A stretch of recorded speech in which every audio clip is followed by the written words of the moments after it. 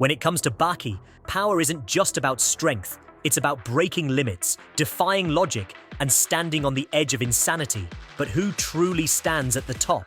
Today, we're diving deep into the brutal world of martial arts to rank the top 10 strongest fighters in the Baki universe. You won't believe who claims the #1 spot. Stick around, because this list will shake your perception of strength. But before we get into the rankings, let me lay down some ground rules. No weapons allowed. When I say strongest, I'm not just talking about raw, brute strength. This ranking takes everything into account. Combat skill, techniques, durability, you name it, except for the use of weapons. That's right, we're focusing on pure hand-to-hand combat prowess. Alright, got it? Cool. Let's start with some honorable mentions. First up, Motobi Izo. If I included weapons, this guy would easily crack the top 5. He's hands down the best weapon user in the series. Motobi's weapon mastery allows him to do insane things, defeating Jack Hanma, outmaneuvering Baki, and even taking down formidable foes like Miyamoto Musashi. But without weapons?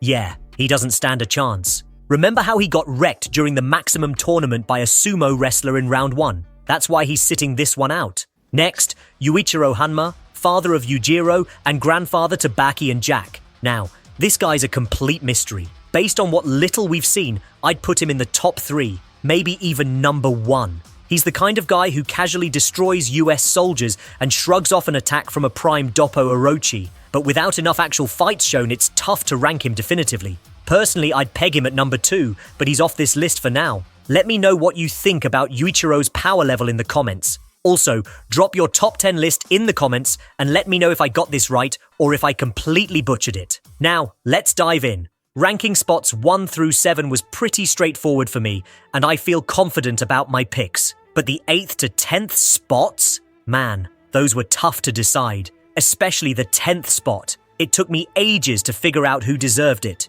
Here's how it went down. I was torn between Retsu, Doppo, Guki, Katsumi, and Guevara. Let's be real, Katsumi has insane potential and might take the 10th spot in the future as he continues to grow. But right now, he's just not there yet. Guevara, on the other hand, had a decent showing against Oliva, but ultimately got wrecked. So, I couldn't include him either. That left Retsu, Doppo, and Guki. In the Maximum tournament, Guki actually beat Doppo, so he automatically ranks higher than him. Now, between Retsu and Guki, I've got to give it to Guki. The guy is seriously underrated, especially when he's fighting for his life. So, 10th place goes to Guki, with Retsu just missing out in 11th. Okay, so for rank 9, I had to go with Kaoru Hanayama. Let me tell you, deciding between rank 9 and 8 was another headache. Probably the second toughest choice after picking number 10. But in the end, Hanayama seemed to fit best here. Hanayama's fighting style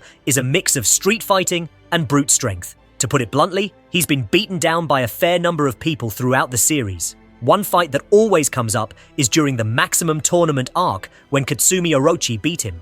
But here's the thing, Hanayama has improved a lot since then. Now, let's talk about what makes him stand out. Hanayama isn't the type to spend hours in training. His gift is pure, natural strength. Over time, he's gotten stronger just through experience. And honestly, he's had more fights than a lot of the others on this list. That's why I'm putting him in 9th place. Some of his fights are worth mentioning. He managed to pull off a win against a not-so-serious Pickle, which is no small feat. And then there's his fight with Miyamoto. Yeah, he lost, but he did way better than others like Retsu, who's straight up fighting Miyamoto. Hanayama relies a lot on his raw power and crazy grip strength, but speed? Yeah, that's not his thing. He's probably one of the slowest guys here. Plus, his pride gets in the way. He'd rather take hits than dodge them, which doesn't always work out. Rank 8, Jack Hanma.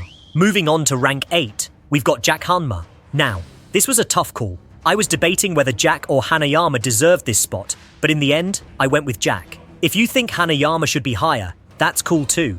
I get the argument. Jack is one of those guys who's had a ton of fights in the series. Sure, he's taken a lot of losses, but let's not ignore the wins. For instance, he completely destroyed Guki, who I had at rank 10. That said, it's worth noting that Guki wasn't at 100% during that fight. Now, let's get into his losses because there are plenty. He's been wrecked by Yujiro Hanma, defeated by Baki in what is still one of the most epic fights in the series, and crushed by Pickle every time they fought. But let's not forget, Jack actually managed to scare Pickle during one of their fights, which is wild. Still, Pickle came out on top. Then there's Miyamoto. He beat Jack using a weapon, showing where Jack's limits are. Jack's fighting style is brute force with some added technique. Unlike Hanayama, Jack knows how to dodge, parry, and fight smart when needed. Oh, and let's not forget his signature move, biting. The guy loves to bite his opponents. I mean, he even tried to take a chunk out of Pickle, which didn't end well because, well, Pickle bit back. Rank 7, Biscuit Oliva. At rank 7, we've got Biscuit Oliva, or as some like to call him, the Unchained. This dude is all about brute strength. He's one of the most physically imposing characters in the series, but when it comes to technique, he doesn't really bother with that. Oliva's had some interesting fights over the series. He lost to Yujiro and Baki, which isn't too surprising given how strong they are. During the Kaio tournament, he also took down a couple of opponents, showing he's no pushover. He completely dominated some of the death row inmates and even defeated Jun Gavaru, the second Unchained. That's pretty impressive, but Oliva isn't invincible. One of his most notable defeats was against the sumo wrestler Nomi no Sukune, who absolutely destroyed him. Still, Oliva's raw physical strength is insane, and that's what earns him the 7th spot. He's stronger than Jack and Hanayama, but his lack of technique keeps him from ranking any higher. Rank 6. Kaku Kaio now. For rank 6, I'm going with Kaku Kaio. This guy is an absolute legend. At 146 years old, he's the Grandmaster of the Kaios, and a living example of how training can keep you at the top of your game, even after a century. Back in his prime, Kaku relied more on brute force, but over the years, he's become a master of Chinese Kenpo. His techniques are next level, and he's one of the smartest fighters in the series. He knows how to use his opponent's strength against them, which makes him incredibly hard to beat. One of his most memorable fights was against Yujiro. He actually forced Yujiro to show his demon back, which is a huge deal. Kaku didn't win, but he managed to survive by using a clever trick. He stopped his own heart temporarily, so Yujiro wouldn't kill him. That just shows how crafty he is. But Kaku isn't unbeatable. During the fight between Retsu and Pickle, Kaku admitted that Pickle would be able to overpower him. He also realized his techniques wouldn't work against Miyamoto, which kind of shook his confidence. Still, his experience and skill put him above Oliva, Jack, and Hanayama in my list. Rank 5, Nomi no Sukune. Coming in at 5th place, we've got Nomi no Sukune. If you've been keeping up with the manga, you know this guy's grip strength is absolutely insane. I mean, he literally crushed Biscuit Oliva like it was nothing. No fancy moves, just raw, terrifying strength. To put that into perspective, Oliva is one of the toughest characters we've seen, and Nomi no Sukune took him down without breaking a sweat. That said, Nomi no Sukune doesn't stay undefeated for long. Baki takes him out shortly after, but it's worth noting that Nomi no Sukune didn't even fully rely on his ancient sumo fighting style. He's mostly about brute force, and honestly, I wouldn't be surprised if we see more of him later, maybe even a rematch with Baki. For now, 5th place feels right for him, but he might climb higher once he shows us everything he's got. Rank 4, Pickle. In 4th place, we've got Pickle, and wow, this guy is a wild card. Imagine a prehistoric caveman who's been thawed out and thrown into modern times, except instead of being confused, he's just smashing everyone in his path. Pickle is pure brute force. He doesn't really bother with technique. He fights like the primal beast he is, and it works. Pickle's beaten some big names: Retsu, Katsumi Orochi, and Jack Hanma, to name a few. He even managed to fight Baki to what some might call a draw. But let's be real, Baki handled him later on, especially when Pickle interrupted Baki's fight with Yujiro. It was like Baki said, "Sit down, boy," and Pickle actually did. As strong as he is, Pickle's raw power doesn't always win out. He lost convincingly to Musashi Miyamoto, and his grip strength showdown with Yujiro didn't go in his favor either. Still, you can't deny the chaos he brings, so 4th place it is. Rank 3, Musashi Miyamoto.